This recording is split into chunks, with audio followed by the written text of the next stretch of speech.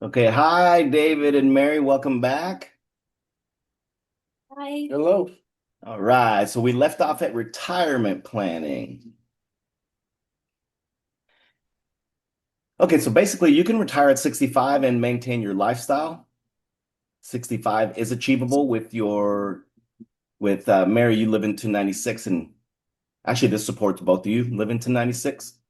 Supports lifestyle spending, gives you flexibility, delays your Social Security payments by a couple years, but it will be worth it. Here's the overview section. We talked about well, we will be talking about the definitions, but they're all here for you as we go into discussing them, such as full retirement age. Social Security Administration considers that age to be 67. Here, real quickly, I'm going to bold that for you. At age 67, which is where we're recommending you guys retire, David, you're going to get a little over 4 grand. Mary's a little over 3. Versus at 65, which David, you would get 3.3, and Mary, you'd be receiving 2,500. And age 70 is the big one if you can stretch it.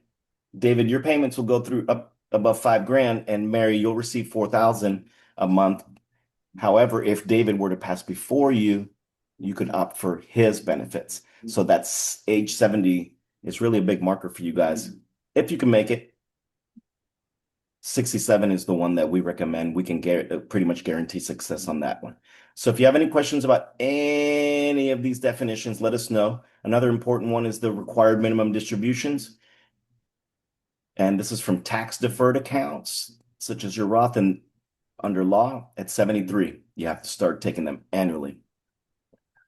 So those are the rest of those definitions. Ask us any questions after the fact when you review and as questions come up. We assume general inflation at 2.5. We have investment returns. We use the assumptions provided in e-money, which is what the industry's doing. We reviewed your Social Security benefits, your retirement spending, your medical expenses, and the plans you need. All tax calculations were used in accordance with federal income tax law, since Texas does not have a state tax. And this is the life expectancy we expected for you guys based on what you told us, 92 for David, 96 for Mary. Your goals remain the same. We talked about those before, so I'll move on to your current situation.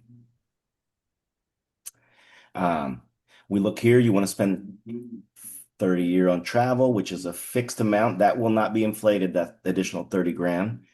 And let me see, we'll look at this is your spending per year in early retirement years of $245,000 to $260,000. We already reviewed the Social Security benefits you would be getting.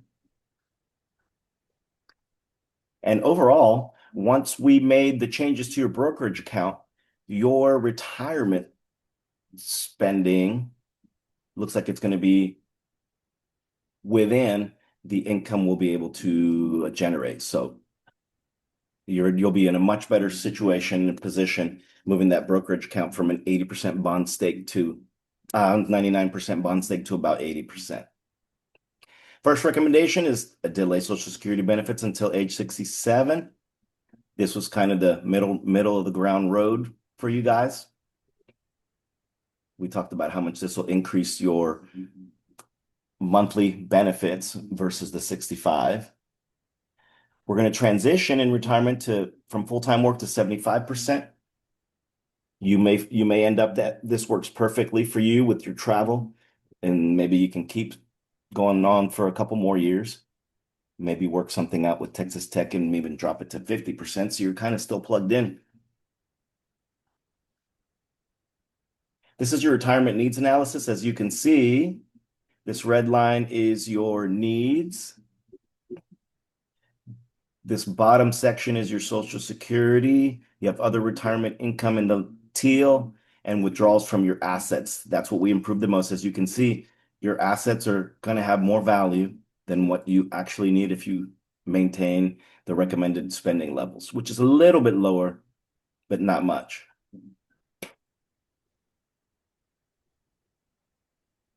All right, that's just going into more Social Security discussions. Here's some alternative recommendations we made that'll get you there too, but did not fall in line with your goals. But feel free to review those and ask us to implement any that maybe do help meet your goals now that you've had a chance to maybe sleep on it and review some of what we discussed here. But the first alternative recommendation is to lower your annual retirement spending by 5%. This will quickly lower your withdrawals by about $13,000 to $15,000. Alternative recommendation number two is to work an additional 2 years. This is full-time, and then move into the part-time work. This would really make your portfolio take off like a rocket ship because it gives us another $440,000 a year to pay bills and not withdraw and maybe make further investments. And the final recommendation is to delay, alternative recommendation is to delay your Social Security benefits until 70, and that maximizes how much you'll get for the remainder of your lifetimes. This may be a tougher one, but if you want to pursue this one further, we can look into more detail on how to make that work. And here's those two options. This is your option here at claiming Social Security at 67. This is what the money looks like if you wait till 70.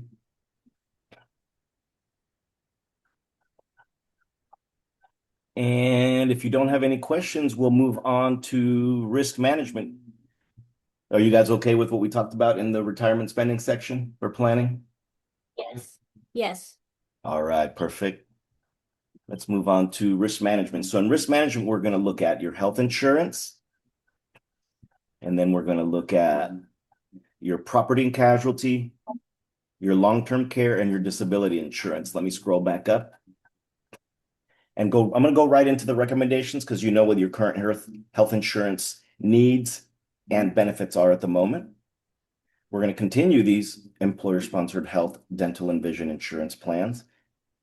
We'll continue these at a minimum until your Medicare eligibility, and then your retirement will change that and you'll go to the retirement benefits, but they do have them. Next, we're going to evaluate your deductibles, copay, and out-of-pocket maximums.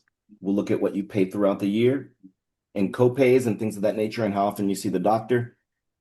If you're not huge on medical attention or healthcare needs, you may want to take a higher deductible, a higher copay, and more out of pocket just because you won't really be spending that much more out of pocket. This could potentially save you anywhere from $10,000 to $15,000 a year.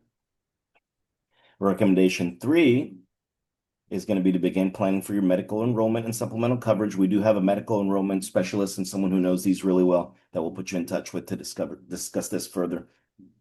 They can also help look at what Texas Tech offers its alum and retirees, and they can review those more in depth as well. This is all they do for a living. This section here in your healthcare talks about what you're currently doing, which is basically you just have the Texas Tech plan for health, dental, and vision, and your plans are actually a lot cheaper than the national average for costs, and that's because your employer subsidizes some of it. So it's really important to make sure that you do whatever it takes to keep those benefits and to make sure you know how to transition into retirement benefits with Texas Tech. Here were some alternative recommendations. Again, didn't fall within your goals, but we'll get you there. And that's enroll in a high deductible health plan and open a health savings account. This allows you to spend tax-free through a health savings account on these high deductible plans. There's a lot of tax benefits, but if you require a lot of medical attentions or a lot of doctor's visits, this isn't very good. The other alternative recommendation is to purchase low-cost supplemental insurance to cover anything like accidents, hospital stays, or really critical illnesses. These are typically very affordable, so we actually recommend you move this into your recommended items that we will implement. It's going to cost you at most $600 a year, and it'll give you that lump sum coverage of anywhere from $5,000 to $20,000 when you just have a high deductible or an unexpected copay or medical bill. And the final alternative recommendation is to increase your emergency fund. And that's just a savings account with very liquid money. There's a couple different ways to do this through high yield savings account and things of that nature and money markets and things like that. We'll talk with our finance and banking specialist just to see what the current rates are and make sure we get you in something good if you chose to do something like an emergency fund. This is not like the health savings account. This is coming out of your after tax from your savings accounts. And implementing and monitoring, we just talked about. It's just a matter of making these changes and keeping an eye on things and like how we want to play for premiums, how much we're willing to take on high deductibles and copays, and then of course getting into Medicare and purchasing any supplementals for that. For long-term care, let me see. You have a joint policy that costs almost $4,000 a year, and it'll cover expenses from $500 to $100,000 per year, depending on the nature of the need for the long-term care. These are good to have just because they reduce financial burden. It doesn't take out of your cash flow if they can cover. When you gonna go to point? What's that? Not today. Oh, and No, then we're with you. Go ahead. okay. Oh no. And then we'll go into your assumptions that you'll maintain your long-term care policy at $3,750 a year, that these costs will rise 3 to 5% a year, and that the policy is adequate. We're not going to make any changes to the assumptions in your healthcare status, and we'll coordinate your long-term policy with medical and supplemental insurance when you get into retirement. The goals are there for your review. We've talked about those kind of as we discussed this section. The analysis of your situation is good. You have coverage. We hope to continue that coverage into your retirement age. Here's the recommendations we made for your long-term care planning. The first one is to keep paying on what you got. Let's keep that active and let's switch that into your retirement plan if this is covered through the school or through your personal. Let me see. We are going to confirm your date. We recommend that we look at your daily and monthly benefits and the inflation rider, which is typically going to be 3 to 5%. Make sure that stays accurate and sufficient as you need the care. This is just a review of currently what you have, which is the 500 to 100,000 policy. We did not make any huge changes, but we can review. We don't anticipate, based on what you've told us, that you're going to need more than that. Here's some alternative recommendations for this section. You can review these after. That one doesn't really seem feasible, but it is another option if you want to pursue that. Implementation and monitoring is simple. We just have to make sure we have a copy of the policy, review it, and make sure that it's enough, and obviously make sure that we can afford the $3,750 per year. But for life insurance planning, let me see. You guys maintain 2 life insurance policy that each provide $500,000 of death benefit coverage. That's for each. These policies seem sufficient, but we'll go with a couple recommendations. Here's some definitions you might want to read through. If you have any questions, these definitions will help you understand the policies too as you're reviewing them. These are a lot of their terms. We try to look at what we did was we looked at their definitions and we put them into easily understandable explanations. For assumptions, we're going to keep policies in force throughout their term. We're not going to make any changes, and you have enough liquidity to cover expenses and short-term needs. Again, we're expecting Mary to live to 96. David, you said 92, but maybe you guys can both make it there. The goals have stayed the same. We're looking at your current life situation, and your combined annual premium is $15,000 with a total $1 million benefit. That seems not just sufficient, but very appropriate and accurate. The observations discuss that. Here's our recommendations to maybe just slightly tweak it a little more in your favor. We're going to keep both policies. That's the first recommendation. Those are good. We're not touching those. We're going to conduct a survivor needs analysis, meaning Mary, if you pass, what does David need? And David, if you pass, what does Mary need? And how does that impact how you're using Social Security benefits and how Medicare and all that plays in? Currently, you have a 0 insurance gap in e-money, which is perfect. Like I said, we don't really need to make a lot of changes. We just have to make sure that we continue this into your retirement years. The current and recommended outcomes we've been talking about. Here's some alternative recommendations. Again, they don't fit, this one doesn't fit your cash flow, but they are good recommendations that you may consider if you can make them work. The first one is to add a $200,000 each whole life insurance policy. That's that permanent. The definition will say permanent life insurance policy. So you look at that. Those continue to earn value. And when you die, it's not a lump, it's not a value payout, it's a growth payout. So it's more like an investment with its own tax strategies. For implementing and monitoring all this, it's just a matter of keeping the status quo and keeping an eye out on any new opportunities that may add. Maybe you can both jump up to $1 million with wherever you're at if the costs are conducive. But for right now, we can afford that $15,000 a year, and that gives us $1 million in benefit to Eric and Elaine. For disability insurance, I'm going to go over this one real quick because what we're going to do here is we're going to keep what you have and understand what you have. And these definitions will help. This goes over disability insurance and short-term disability and all those things. Elimination period is key.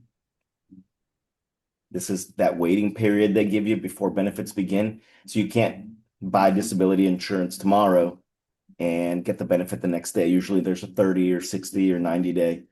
And depending on how long the wait period is, will either lower or increase how much that premium costs.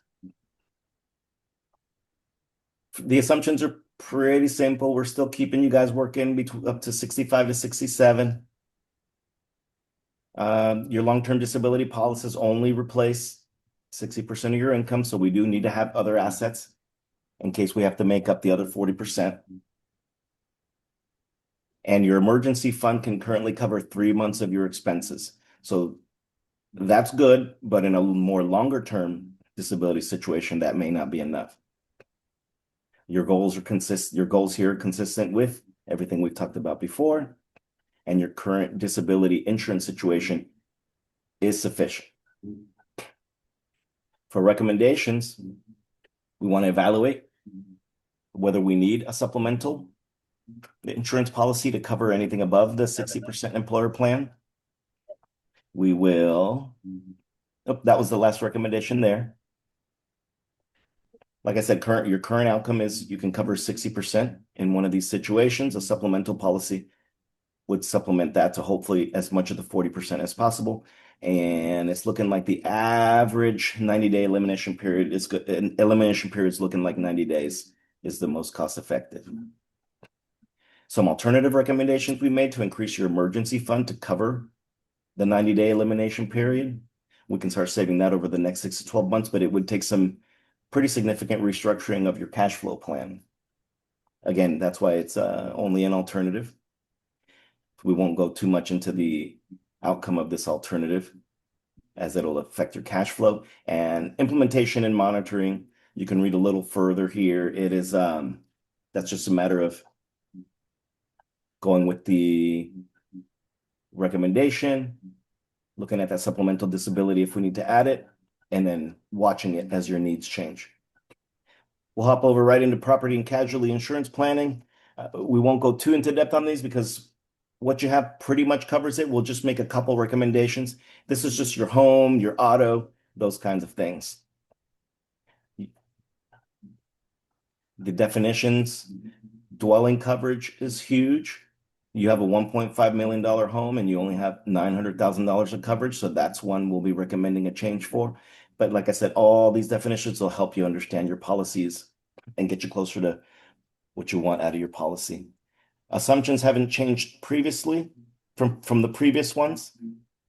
We'll move right into the recommendations because there isn't really a lot. We need to go over the details of your property and casualty. You know those policies. So the first one's going to be to increase your homeowner's insurance protection and raise that dwelling piece to $1.5 million to cover the value of your home. And we recommend increasing personal liability from $100,000 to 300,000. You'll be surprised at how much your stuff is worth when you try to replace it. 100,000 is quite low for a home of that value, and we'll keep current limits for everything else. Our second recommendation is to add a $9 million umbrella liability policy for further above and beyond protection of your home and auto insurance limits. This looks like it's going to cost about $750 annually, so it's not that much to add. Some of the alternative recommendations we considered for you guys was to increase the deductibles on your homeowners and auto insurance policies if you can afford the out-of-pocket expenses should an emergency come up. And this would probably lower you by over $1,000 per year in what you pay in premiums. But like I said, you need to have the cash flow to support this kind of decision. All right, let's get into taxes. So overall, your income tax planning is just to understand how taxes affect your retirement income, your investment withdrawal, Social Security benefits, and overall cash flow. What we're trying to do is make sure that we keep your taxes as low as legally possible. That's the key word, legally. We don't do anything to avoid paying our fair share of taxes, but we do legally reduce these as much as possible. Here's some definitions. These are taken from the IRS publications. This will help you understand some of the things that we go over further into this section. One of the big ones is the TCJA provisions, which was Trump's Tax Cuts and Jobs Act, which has been extended as part of the Big Beautiful Bill. The Big Beautiful Bill also helps with things like Social Security benefits being taxed above certain thresholds and not completely. You guys don't work for tips, but it helps the people that treat you well also. Here's some of our assumptions. You guys are both 63 and you want to work only to 65. Like I said, we recommend you go a little bit above that, at least partially. Your current combined income is $440,000. These were taken from your W-2s. You file jointly as married taxpayers in Texas, so there's no state tax. You'll be taking standard deductions of $32,000 a year, $32,300. Your Social Security benefits will not begin until retirement age at 65 or later. We recommended 67. We prefer 70. And then for your goals, basically, the big ones here, we want to plan ahead for the required minimum distributions as that, you don't want those to kick in at the wrong time. You don't want the penalties and fines for that. And you don't want you don't want to not be ready for the tax bracket you're in for that. So we can make adjustments as that age approaches to keep you in as low a tax bracket as possible. Currently, in your tax situation, based on your income, you guys have $407,000 a year that's taxable before any investment income. That places you in the 32% tax bracket, which is very high. We don't see a way to get you down in that until you retire. Let me see here. Okay, into your future, your tax exposure will increase as your Social Security kicks in, you start getting pension withdrawals, and your required minimum distributions also kick in. This will create new pressures on your adjusted gross income that you currently don't have. But hopefully you won't be working full time and we won't pop into a higher tax bracket. Hopefully we can drop down into another tax bracket. Here's the first recommendation for tax planning for you guys. Increase contributions to pre-tax retirement accounts during your final 2 years, your 2 high income years. And this will be done at 65 or later. And how we do this is we're going to maximize your 401k contributions. Now, recommendation number 2, we begin planning to reduce your adjusted gross income in the years leading up to Social Security. So you want to reduce it. Since your benefits are going to project at $111,000, 85% of it being taxable, despite the breaks on the Big Beautiful Bill. Our third recommendation is to allocate a portion of your retirement savings to Roth 401ks or Roth IRA to build tax-free income resources into your retirement. Currently, we recommend doing it only for David, but Mary, there are benefits to you doing it too, just not as big. So Roth conversions for David is a huge increase, and it raises your projections by about, let me see, by about $80,000. So you can review these charts, ask me any questions. We'll go over them. We can actually share screens and go over them in our eMoney software, but these are your income tax base facts and your income tax recommendations there. And the recommended outcome is always going to be keep you paying as little taxes as possible now and into the future, and to extend those through trusts or other avenues from your kids having to pay when you pass. An alternative recommendation, again, these don't always fit into what you ask, but they're options. The first one is to establish a donor advised fund in your final 2 high income years. And that's very similar to some of what we're looking at with the charitable remainder trust, except you don't have the trust protection strategies. So we recommend we still keep the charitable remainder annuity trust with your life estate in there. Implementing and monitoring is simple. We're going to look at your last year's tax reviews. We're going to look at we're going to run scenarios on what you're going to pay this year and into the future. And then we'll get with a tax professional that we highly recommend, and they can make annual changes and even do biannual reviews. But the goal here is to keep your adjusted gross income as low as possible, so we're paying as low tax as possible. And that's a combination that's managing your Social Security benefits, your annuity and brokerage withdrawals, and any income, managing all that to keep it, make sure we don't pop up into the next tax bracket, but also make sure that we can drop into lower tax brackets if possible. And this is the final section, the most important section. This is your estate. This is all that is yours, David and Mary. And this protects your wishes if you become incapacitated or pass away. As part of the definitions, we'll discuss power of attorney. As we get older, we need to look at these kinds of things. We have a healthcare one, we have a financial one, and we have a springing one that basically kicks in after a medical professional, a doctor, somebody in that field says that you cannot make your own decisions. Again, go over these definitions. If you have any questions, we can go over them more in depth. The revocable living trust, we'll be talking about more as we present these strategies, but this allows you to hold things for your successor beneficiaries, so after you pass, without having to go to probate, without a judge or the state or anybody saying where or what is supposed to happen. You get to call the shots in a revocable living trust. And like I said, probate is what we're trying to avoid. We'll go over the retained life estate, which is where we transfer the home to someone else, in this case, to a charity through a trust. And the charitable remainder annuity trust is the one we'll use because the charitable remainder annuity gives you a monthly or annual income while ensuring that we leave the $1 million leftover value to the charity of your choosing. The assumptions have not changed, as we previously discussed. Your goals are still in alignment with everything that we stated previously. Something that's changed here is you need a trusted backup to make sure that your wishes are fulfilled, whether in a trust or in a will. Elaine seems like the good one. You seem to be in touch with her most often. Eric could also fit into this.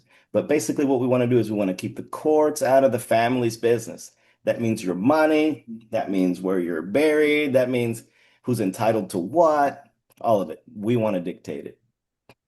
Currently, you have a strong financial position and your long-term projections look good with our recommendations. However, legally, you have not set things up like your power of attorney, healthcare, living will, trust, or advance directives. So that's where we're going to recommend some things here to change that. Recommendation number 1, each of you sign a durable financial power of attorney.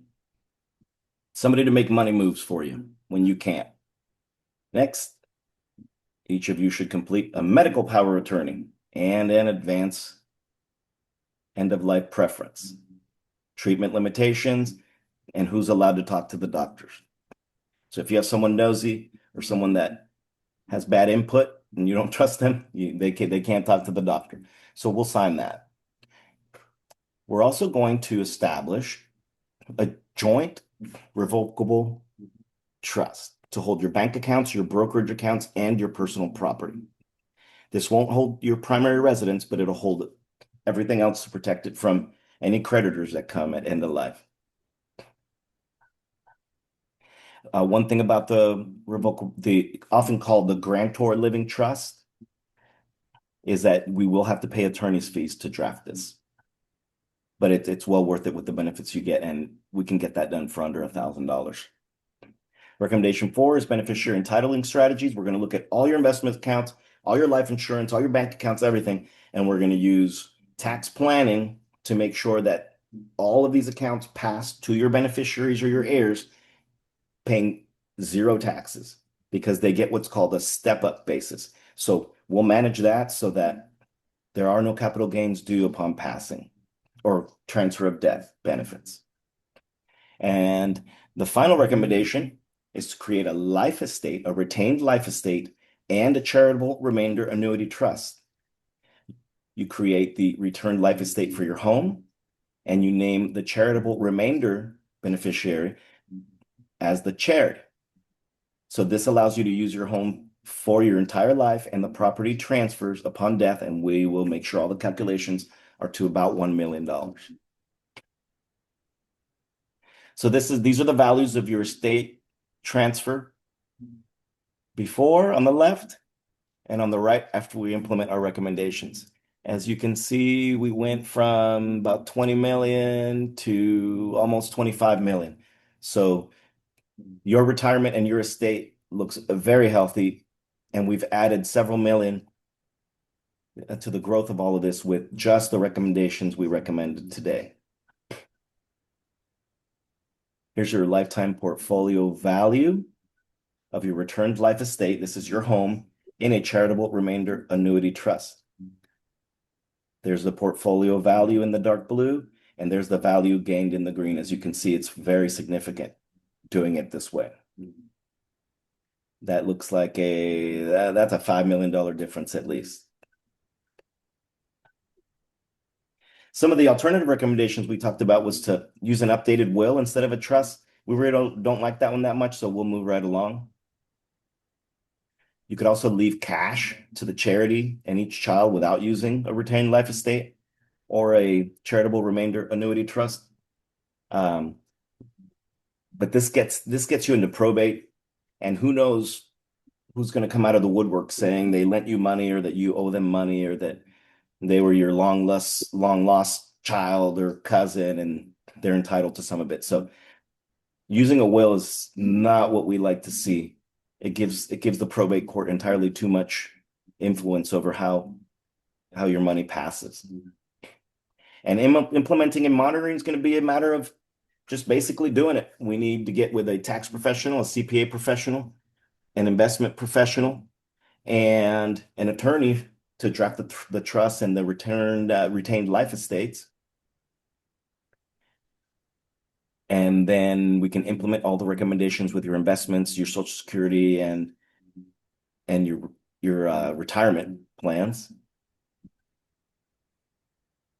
And then we can meet back up one more time after you've gone over this and asked us all the questions you needed to. There's some references in case you need to see where we got some of the inflation numbers, some of the investment numbers, the Social Security numbers, the healthcare and Medicare stuff at the Centers for Medicare and Medicaid Services, and you can see where we got housing rates and inflation and prices through the Federal Housing Finance Agency. If you guys don't have any questions, we will leave this plan with you, and we will plan to reconvene if you have any changes or things you want to talk about. Does that sound good? Yes, thank you. All Yes. right. Well, thank you, and you guys have a nice day. We'll be in touch. Thank you. Thank you.